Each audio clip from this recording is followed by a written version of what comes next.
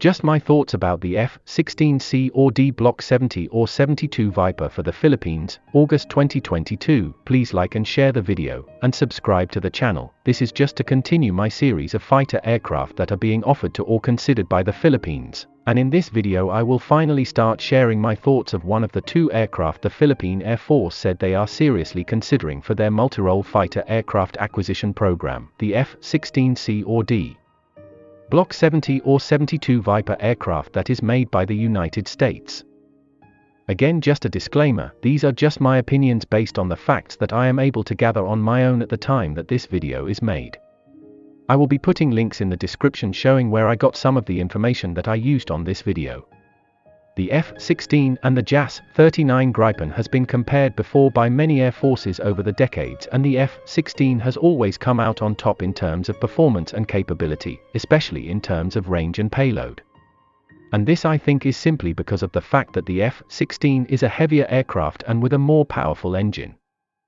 The country of Slovakia in 2018 published their findings of the head-to-head comparison between the Viper and the Gripen C or D, and in it they showed that in terms of empty weight, the Viper was already 2,700 kilograms heavier than the Gripen. And when it came to the maximum takeoff weight, the Viper increased this gap to 7,700 kilograms, meaning it is able to carry more payload and fuel. This is possible for the Viper because its engine is able to deliver around 5,000 kilograms more thrust or power than that of the Gripen's engine. However, its heavier weight and more powerful engine also results in a more expensive aircraft to operate. In 2012, the defense publication Janes published a study showing exactly that, wherein the F-16 was found to be around $2,700 per hour of flight more expensive to operate than the Gripen. The Block 70 also uses a radar with a new generation active electronically scanned array or ESA antenna, which has many advantages over the previous generation mechanically scanned array antenna that the Gripen's radar is using. The ESA antenna is more reliable, can detect air, ground and sea targets at the same time, resistant to jamming, and will not be easily detected by enemy radar detectors.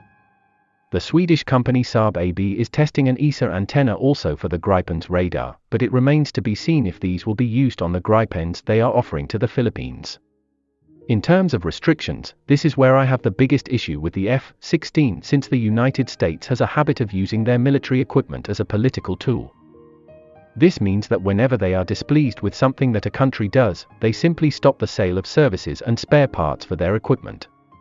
This has been evident so many times. One good example is with Indonesia's F-16 aircraft, wherein the Americans imposed a military embargo on them from 1991 to 2005 because of the involvement of Indonesian troops in East Timor. This eventually led to Indonesia not being able to maintain and operate most of their F-16 aircraft during that period of the embargo. So if we buy the Americans' aircraft, we will have to be submissive to what they want, or else they will simply cut off our logistical supply for those. Another example of the United States mixing politics with their military equipment is in terms of the source code of their aircraft, which former Malaysian Prime Minister Mahathir Mohamad revealed back in 2020 when he said that the Americans have put certain restrictions on the F/A-18 Hornet aircraft that they bought from them, rendering them unable to, in his words, fight another country. I think what he likely meant is that the software of their Hornets will not operate properly when it is in another country.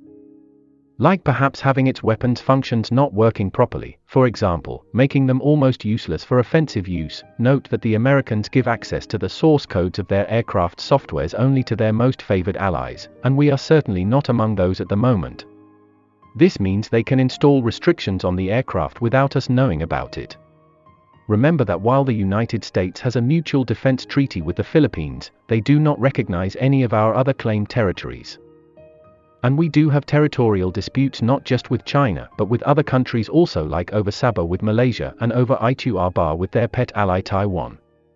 In terms of pricing of the Block 70, it is a bit complicated as I couldn't find its unit price. It seems all the prices that were published were package prices, meaning already including the training, logistical support, additional equipment, weapons, etc. There were some contracts that were issued directly to Lockheed Martin, the manufacturer of the aircraft, but there is no information if those contracts are for the complete, basic aircraft already, or are they only for the components and integration that they will make and not including all the components that will come from other companies like the engine, radar, etc.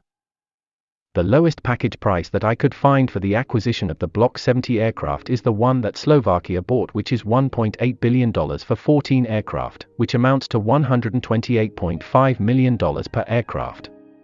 In contrast, the package price for the 12 Gripen C and D aircraft that Thailand bought back in 2008 reportedly only cost around $1.1 billion, or $92 million per aircraft.